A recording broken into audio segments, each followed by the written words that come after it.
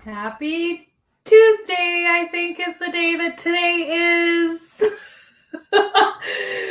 It's your girl, Shakti, here for yet another update. And today we're going to be talking about some important things. So, yes, I'm going to be sharing a little bit of a personal update, how my cardiology visit went, why I even had a cardiology visit, especially because I'm pregnant.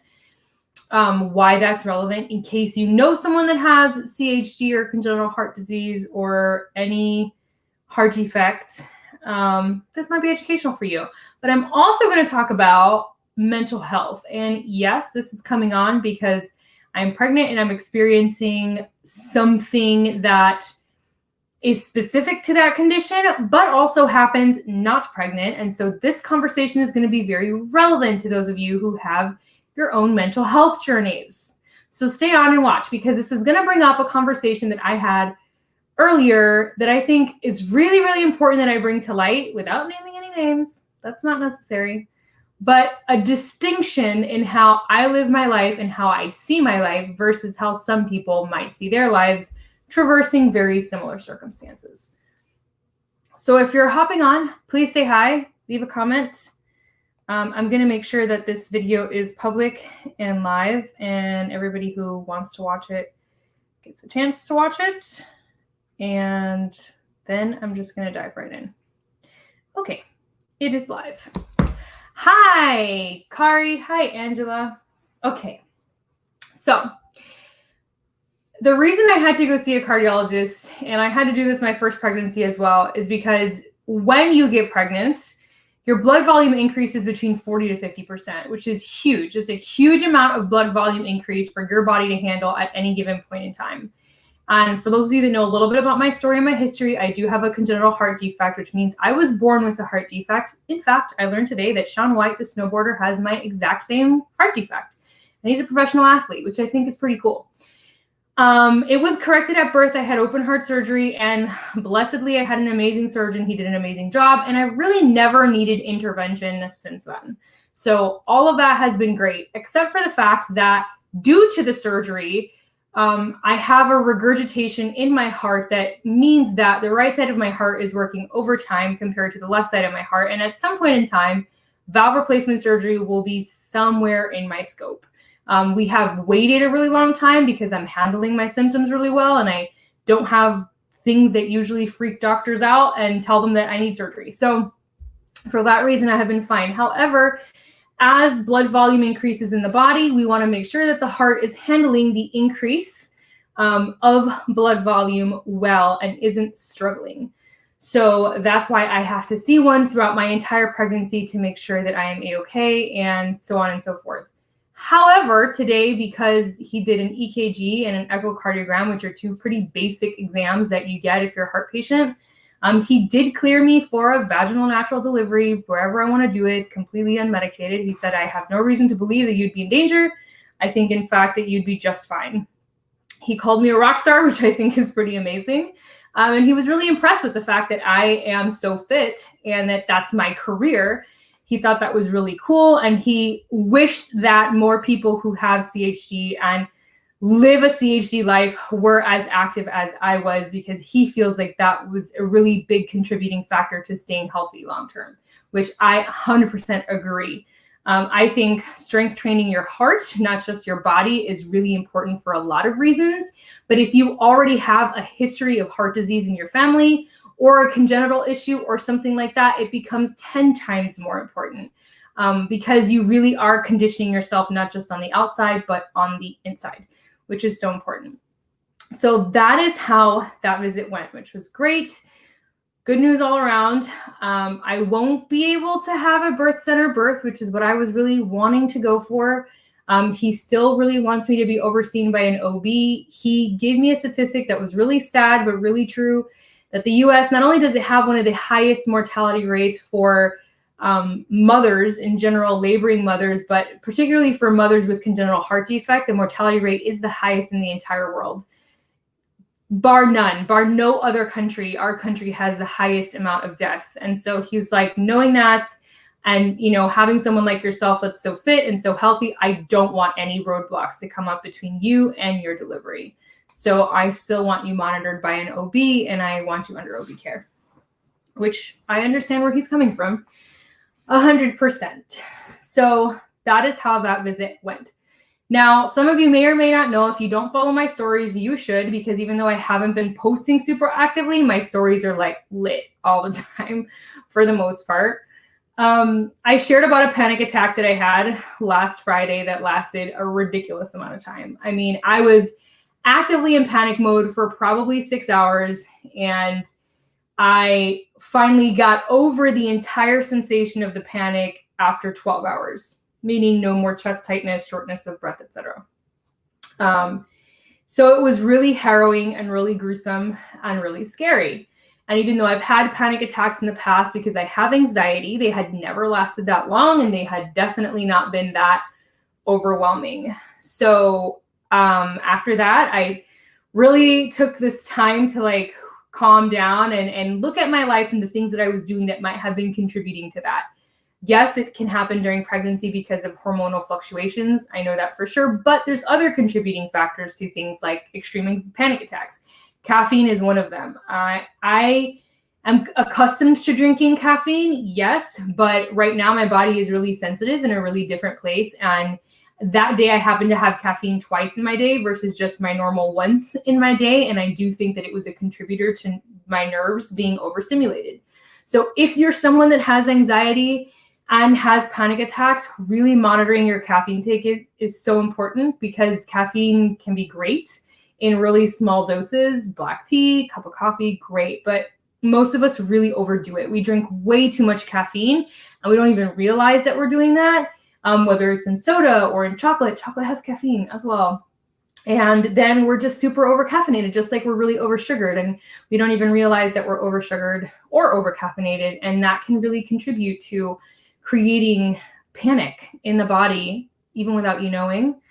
So that was brought to my awareness. And then there was, someone messaged me, which was really sweet of them to do, and, just validated my panic experience. And, but in the conversation, I chose words in which I said, that even though it felt very overwhelming, that I was choosing to really stay present in the moment to moment and grateful for my moment to moment versus kind of sitting in how scary that panic moment was.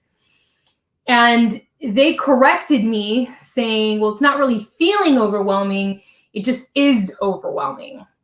And I disagree with that wholeheartedly. And I'm going to talk about why.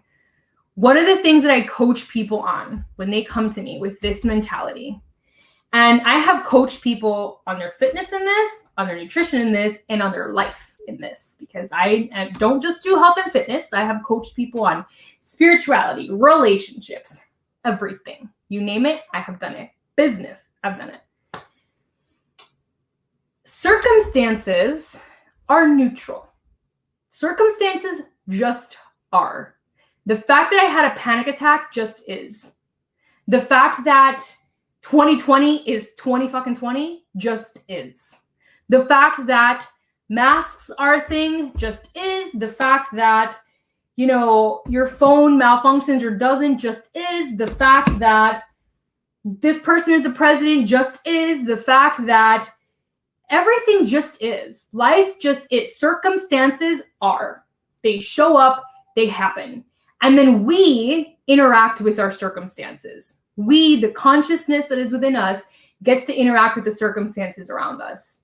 And what happens when we interface with circumstances is that the perceiver, which is us, depending on where we are mentally and whether our cup is full and we are well taken care of, or maybe our cup is deficient and we're feeling scarcity and lack, that's going to alter our perception of any given circumstance. Have you ever noticed that some days something will happen that would usually piss you off and you're like, cool?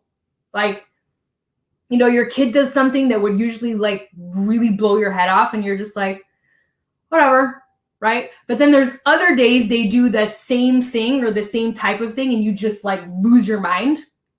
That's because the circumstance didn't change. It's the same child doing the same kind of thing, but you changed. The perceiver changed because you were in a different state of mind, having a different experience on a different day, okay? This is how you know that circumstances are not a thing. It's how you interface with them that determine your entire experience of reality. And this is really important for you to understand, because lots of people in 2020 are having a shitty fucking year. And lots of people in 2020 are having the best year of their whole lives, literally. And the year is the same. Everybody's living the same fucking 2020. Everybody's living under the same fucking COVID terrorism. Everybody is living the same type of thing, but they're having completely different experiences of life. That's so telling to me. And that always fascinated me. Even as a young kid, I observed that to be true. How could it be that, for example, my family came from Cuba, immigrated from Cuba with nothing, no language, nothing. I have seen people in that same circumstance make a fortune out of coming to this country, and I have seen people do that and who are now homeless within my own family, literally within my own family. How did that happen? Neither one of them had an advantage or a rich family member waiting for them or the language under their belt or anything. They came with nothing. We couldn't take anything from our country to come here. How did that happen? And that's always really interested me, is how does that occur? And the older I get, the more I understand it's because of the lens with which that person is looking at their circumstance. One of my relatives came to this country not knowing the language and having nothing, and saw this as a massive opportunity to take everything. Like they got here and they were like, oh my God, everything is open to me. No more restrictions, no more communism, no more limit. I'm ready to roll. Let's do it all. I'll take any job. I'll make money anywhere I can. I'll do the thing. And other people came here and were like, I don't know the language. This is so hard. I don't have anything. Da, da, da, da, da, da, da, da. And where do you think that mentality is going to land that person, right? Two people, same exact circumstances, completely different perspective, and then a completely different result as a result. So did my panic attack suck? Fuck yeah. And when another one happens, it's going to suck equally as bad. Am I super excited about having another one? Hell to the fuck no. Actually not. Negative. But there's things I'm doing preventatively. I'm not drinking caffeine. I have lavender and chamomile on me to drink immediately once that happens. I now know that laying down doesn't feel good. When I stand up and I walk around, I feel a lot better, and that relieves my tension. I already know that, okay? Don't try to lay down and force relaxation. Just get up and operate with where I am, okay? There's things I have learned because of me sharing, and people, put an ice pack on your neck, or suck on something sour because that kind of switches the brain's activity. Those are also cool hacks for tricking panic, right? And getting out of a certain frequency. So I'm becoming proactive in the sense that I'm learning how to navigate the experience as it comes up, because I don't doubt that it'll happen again. Probably going to be pregnant for a while here. So I have no doubt that I'll cross that bridge again. And if you have panic disorder or anxiety, then you know it's probably going to happen again, because that's part of your reality. So how can you be proactive on that? And number two, I don't see myself as a debilitated person because I have those experiences. I don't see myself as a debilitated person because I have depression, or because I have anxiety, or because I have body image dysmorphia, or a congenital heart disease, or PCOS, or thyroid issues. By the way, these are all real conditions that I have, and you probably didn't even know that about me, because I don't define myself by the things that I am diagnosed with. I don't live with those diagnoses as crutches, even though they do cripple me sometimes at certain episodes of my life. But that's not who I am. That's not who me in this body is. That's not me. I am the soul witnessing this experience, and my body sometimes has a hard time. That's just what it does, right? That's just what our bodies do. Sometimes our bodies have a hard time, and that's okay. But that's not who you are. That's not who I am. And I will never define my life by these very material type of limits that have been put on me by circumstances and physicians and other things. Like, do I love that I have those diagnoses? No. But do they stop me from being grateful for my life and going for things that I love and trying to be better every day? Never. Never will they ever win my spirit. And so if you're watching this, I want you to hear this. You're not watching this by accident. Don't let your difficulties win your spirit. Don't let your circumstances overpower who you really are, which is a divine being, a spark of the all that is of infinite intelligence and beyond. You are not your body, you have a body. And sometimes your body struggles, and that's okay. Material reality is hard, and it is dense, and it is heavy here. But your spirit is indomitable. It is made of magic, and there is nothing that can be taken from you that you are not willing to give up yourself. And if you don't think I'm being real and you think I'm full of shit, then read Man's Search for Meaning. I'm going to recommend this book until I'm blue in the face. Man's Search for Meaning by Viktor Frankl is one of the most meaningful reads you will ever have in your entire life. And if you really don't believe that what is coming out of my mouth is legitimate, you will believe it after reading that book, 100%. There's no better book to read than that one.